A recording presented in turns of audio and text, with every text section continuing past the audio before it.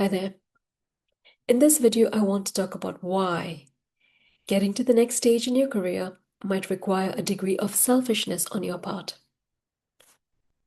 And I'm speaking specifically to women in mid-career who have aspirations to step into senior leadership but are struggling to do so. So if you resonate with that, then this video is for you.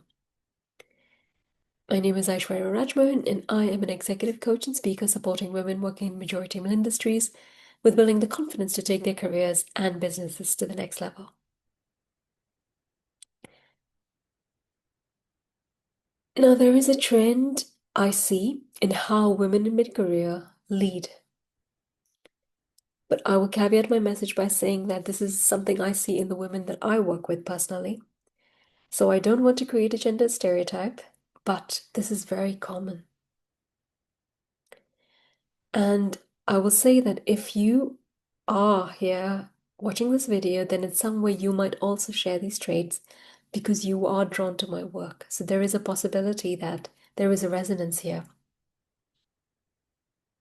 The trend that I see is that women in mid-career unconsciously equate leadership with self-sacrifice. What does that look like in practice? They might put the needs of other people ahead of their own. They might eat last after everyone else has been fed. Or they might open their hearts to everyone else but close it to themselves. Now, I don't know where this model of leading comes from. I can only assume that this is something we picked up from the first women leaders that we encountered in our own lives who might have been our mothers or female caregivers in our families. And we learn from them that, at least from their way of leading the family, that it involved or needed self-sacrifice, putting other people ahead of themselves. And we took that on without question. So, in the absence of leadership training or management training, when we have our first direct report, when we lead our first teams, we naturally fall to that way of leadership. That was modeled to us. It doesn't quite help us or our teams in the world of work, unfortunately. And yes, there are positives about this because you might be highly empathetic and very in tune to the needs of your team. They might feel seen and heard more than they ever have under anyone else's leadership. So they possibly could also develop and grow a lot. But maybe there's another story to it. Maybe it's not all positive. If you think about it, as senior leadership, you are expected to protect and advocate for the interests of the company externally.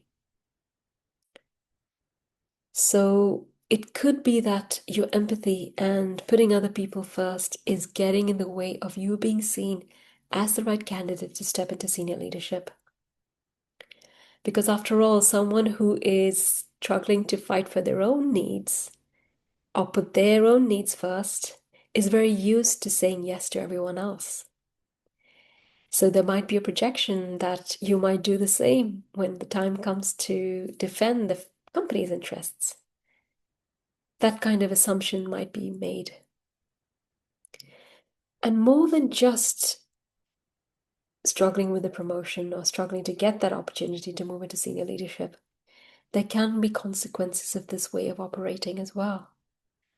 I know because I've coached women who have ended up with autoimmune issues from people pleasing, putting other people's needs ahead of themselves, and abandoning their self-care to others. So it is more than a question of just a promotion. There can be serious consequences to this self-sacrifice.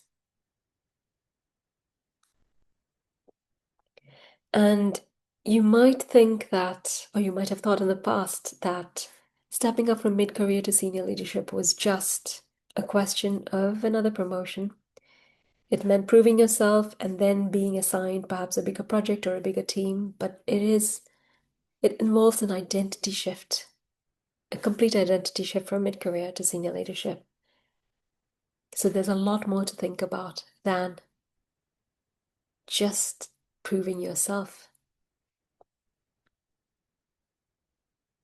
I encourage you, whether or not you are a mother or you're child-free, because I see this trend in both women who are parents as well as those who do not have children themselves. This model of self-sacrifice is common to both categories of women. So now might be the time to really clean up the way you lead. If you have the pattern of putting other people first, I hope this video has shown you that it might not be the best way to operate, especially if you have ambitions of progressing further. This might be time to change that dynamic and to outgrow it.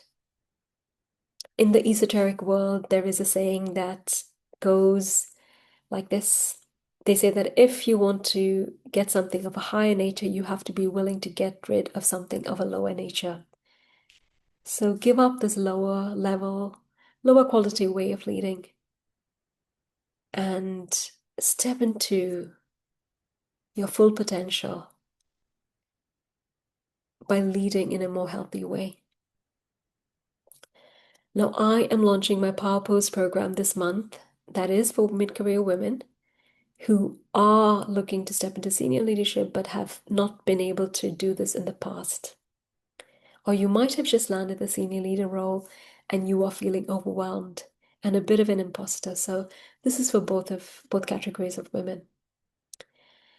And it takes time to change the way you lead, the way you show up, because it's not just you changing internally.